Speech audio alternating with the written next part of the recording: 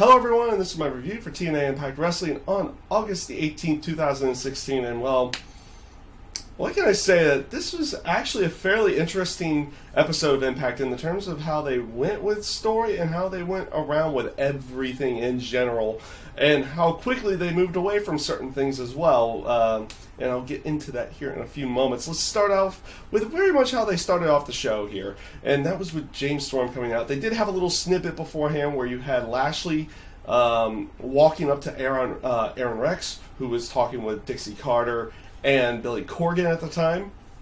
And they had a little bit of a stare down. But it starts out with James Storm coming out to the ring and calling out Brian Hebner for what happened at the beginning of the match from the week before with him and Lashley. It was like, basically, James Storm saying it's all his fault. And everything in that sense, even though the match technically never started until, JB got out of the ring. Like, this entire segment, like, Billy Corgan eventually comes out, and security eventually comes out, because James Storm's livid throughout this entire spot here. Like, it almost made it feel like that they were trying to portray James Storm as the victim of something here, but I feel like they portrayed him more as a guy who who couldn't understand. It's like, hey, this had to be done before the match could even start. It was a simple error. It was his bad. It wasn't meant to screw you over. It made him come off looking a little bit like a jackass in this one. Eventually, Billy Corgan suspends him after he gets knocked out after he knocks out a security guy with a beer bottle. Like I said, the way that they portray James Storm here is probably not the way that they it's probably not getting the way that they think they portrayed him in this case. Like, the fans were definitely over with it, but the way he came off as a sore loser, a guy who can't accept the fact that he ended up losing the match, even though this one little mistake happened at the beginning of it. And yeah, it did not. I don't think it portrayed Storm the way that TNA thought it would. Otherwise, okay segment in there. I liked how Storm. I liked the passion that Storm gave, but he definitely came off in that different light, other than what I feel like they were trying to portray him in that case. That's my own personal opinion on that. On that side of everything when I was watching that entire segment.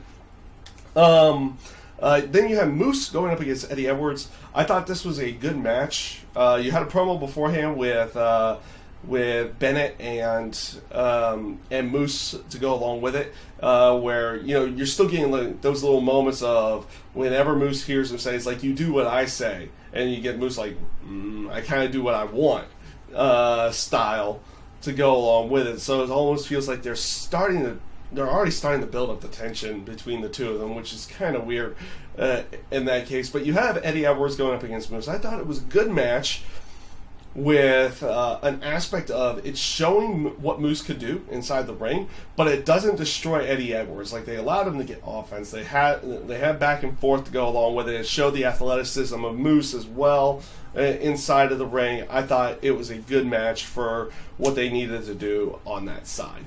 You had a quick segment backstage next up you had a quick segment backstage with Jade and Maria. Basically, Maria going over is like, hey, this, and eventually with her match with Gail and everything like that, Jade kind of threatens Maria a little bit, and then Maria says like, hey, if you lose tonight, you're never going to get a title shot or anything in that sense between for down the road. So kind of the same boat for both women in this case. So the match between Gail Kim and Jade, I thought was relatively good. They were putting on a very good match. It ends up being ending in DQ. So good match ends in DQ with not Serena. No, not Sir. Sienna. I don't know why I was thinking the other name for a couple minutes there.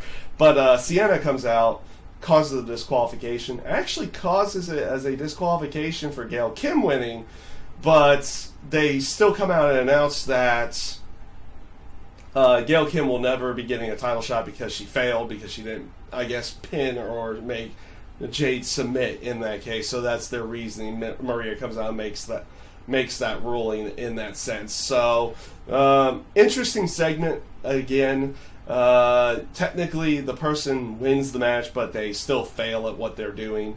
So that's what they're kind of going for. There's the corrupt leader going over and trying to screw over the good person in this case. You had a fatal four-way match for the X Division, which was DJZ, Mandrews, Braxton Sutter, and Rockstar Spud. But before that, you had I believe Mandrews, DJZ, and Braxton Sutter backstage. They were talking, and they get confronted by Bobby Lashley, who says, keep in line or keep in tone, because I'm going to have keep an ear out, because I have an announcement that's going to change everything for you guys and everything in that sense of where they were going with everything. I thought this was good back and forth between all four guys here. Lashley playing up the I'm better than you badass and everything in that sense when someone challenges him. Like DJZ is like, hey, why don't we make this Fatal 4-Way a number one contenders match and see who has to fight you again, because he was playing off as like, eventually one of us is going to get you. And of course Lashley playing up the confidence area is like, nah, that's never going to happen. It wouldn't happen and everything in that sense. And I'll talk about that a little bit more, because they do something a little bit later. Again, later on in the show, so I'll talk about that in a little bit. The match between the four of them, I thought, was a decent Fatal 4-Way match. It kind of felt like it was almost there, because it wasn't officially named a number one contenders match. It felt like it was there. It was kind of, I wouldn't say meh, because the spots were good inside there. It just felt like it was thrown together in that sense of everything.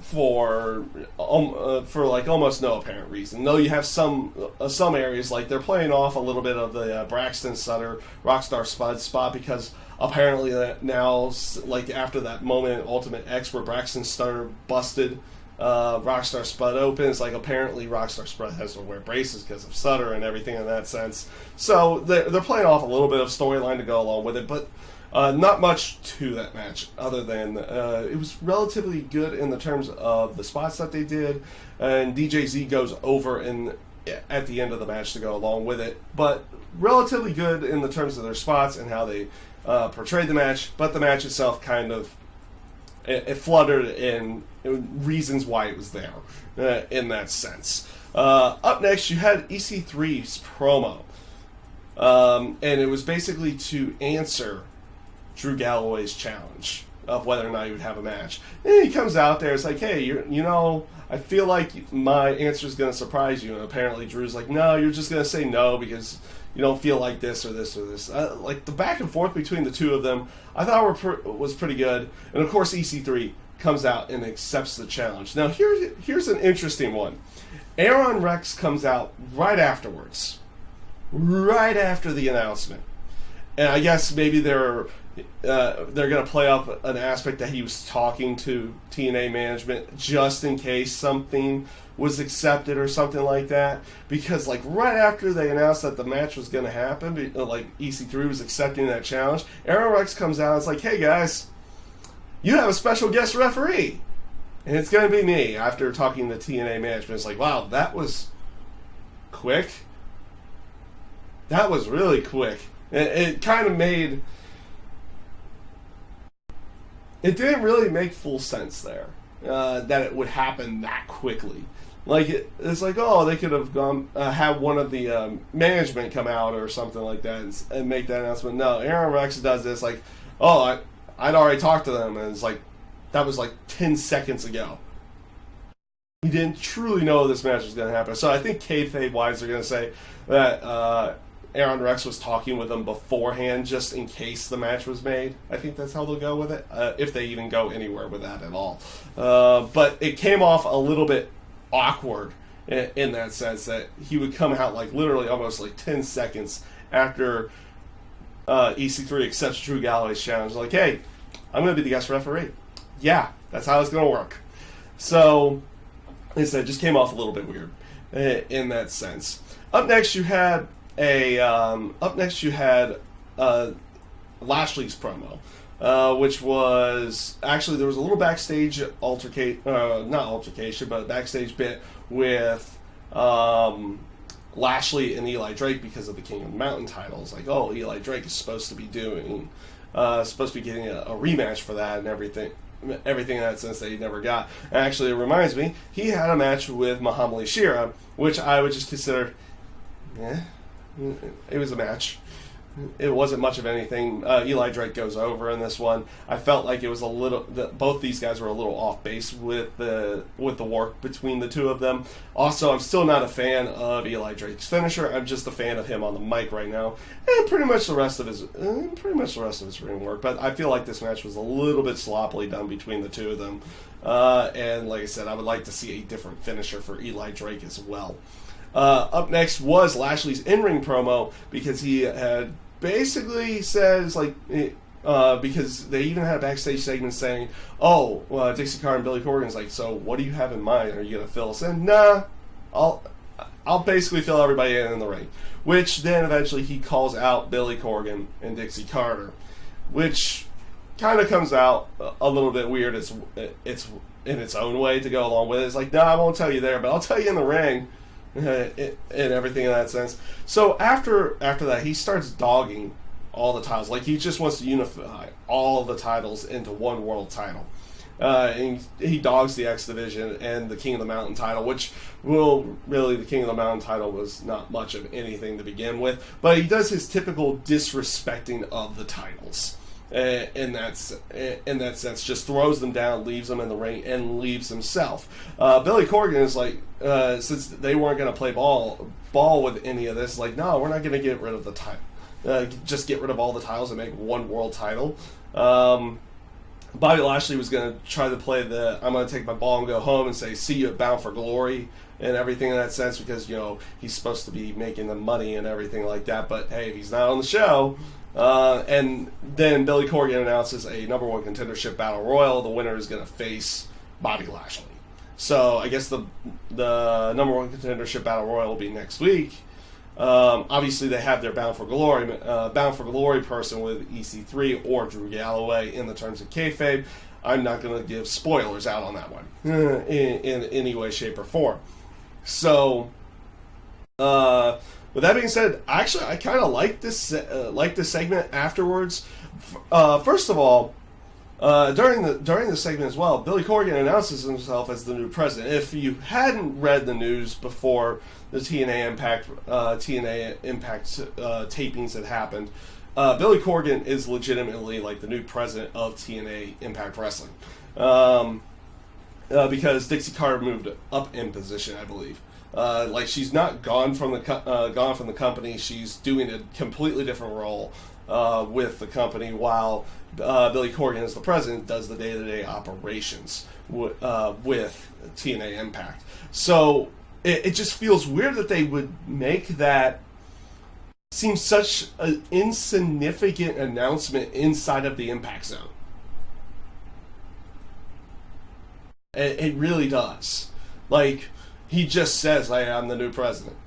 That's it. No anything about it.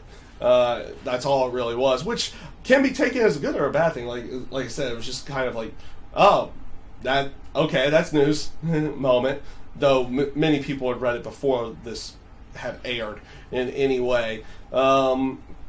But then he also announces, after Lashley leaves the ring, he left both titles. Like, hey, I've got both titles here. Technically, both of these titles are vacated now.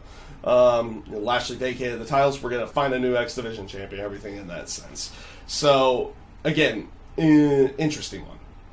Interesting way of going. So, the final thing I wanted to talk about tonight from that show was the aspect of the Fatal 4-Way Ladder Match. Again, another gimmick match on a TNA Impact show.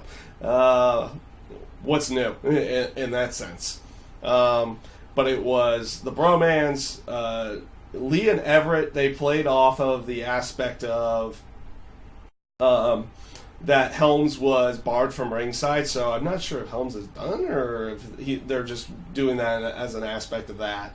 And the Tribunal, they were playing off of the week before where Al Snow got put through the table, so he's playing an injury angle. And you have broken Matt Hardy, and since I guess they're fully going on with it, I will call him Brother Nero now. So apparently at the end of last week, Jeff Hardy became broken. And we saw a little glimmer of that. A little glimmer of that before the match itself, where Matt Hardy and I can't believe I'm actually saying it like this, Brother Nero, were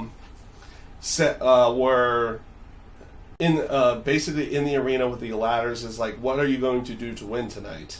Type scenarios. Like he wants to use his body as a weapon. It's like Matt was saying, like, no, I have a premonition saying that if you do that, you're going to be lying underneath the ladder as the winner is grabbing the contract, or in anything of that sense. So they were going through that whole aspect, and you have Jeff, Brother Nero here, going like, starting to sing his song, calling himself obsolete and calling the ladders obsolete as they knocked him over and everything like that. And here's the other crazy aspect of it. Now even the fans are beginning to chant with the song. Like it's a glimmer. It's a very small amount, but you actually hear the fans inside the Impact Zone saying obsolete at the end. And of course they go to this like wide-eyed Matt Hardy during Jeff's entrance as well, which by the way he kind of overdid it. Like he was like playing the broken aspect of like, he was spitting out water and everything in that sense, trying to make him look like he's a complete mess and everything. So he kind of overdid it a little bit on that side. So you have kind of broken Matt Hardy and broken Jeff Hardy at this point. Jeff kind of does do his typical bits. He does do a couple top rope spots and everything. But the fun aspect was, like, during the like a good chunk of the match, Matt Hardy stays outside the ring, only gets in the ring if someone brings in a ladder. And he's like, no, he removes it. It's like, delete! And the fans are starting to go with it too now. Oh my God, they're trying to make this team a face team. It's weird. It's weird, and it's kind of interesting. Like I said, this was a very interesting ladder match because of the interactions with Matt Hardy. Like, this was all focused around that. There was, unfortunately, like, you had some good spots from the Bromans, Trevor Lee and Everett, and the Tribunal being in there as well. You had some good spots between them, but, like, the focal point was around Matt and Jeff, and Matt kind of just going after everybody randomly and pulling out ladders during the entire match, which the end of the match was what the premonition was, apparently, that Jeff Hardy would be underneath the ladder when the winner was grabbing the contract. Oh, it was broken Matt Hardy. And like I said, they even played it up at the end a little bit like they're trying to make this a face team, and it came off a little weird. Like, Matt Hardy obviously doing his typical bit throughout the entire time, like biting people either in the hand, the ankle. Like, he bit someone in the ankle, he bit someone on the hand, he bit two people in the face. It was kind of weird. Kind of a weird match, a very interesting one, and fairly entertaining for what they're going for. So now the broken Hardys, as I guess we can call them as well, are going to go after the tag team titles. This is interesting. Interesting way of going. Like I said, I like where Matt Hardy is. The Jeff Hardy bit of this felt like a little overdone. Like, it doesn't feel like it's Jeff coming out there in that sense. Like, you get a little bit more believability from Matt in that way. Like, he would probably want to do something like this. Jeff, not so much. Like, it'll be interesting to see how they play off of everything and how everything goes going into the Bound for Glory time with both of them. And now they're going to go up against Decay, and something's probably going to happen inside of there, and we'll see where they go with everything. So, with that being said, overall, this was like I said, a fairly interesting Impact. wrestling this week. And I'm not going to say it was a bad show by any stretch. Really, the only mess segment throughout the entire thing was the Eli Drake Muhammad Ali Shira match. Otherwise, everything else was at least decent or good. Or, like I said, interesting. It's like, okay, where are they going to go with this? It's a little out there, but let's see where they go with it moments. So we'll see where they go with everything. And that is my review for TNA Impact Wrestling this week. I thank you guys for watching, and I hope you have a great day.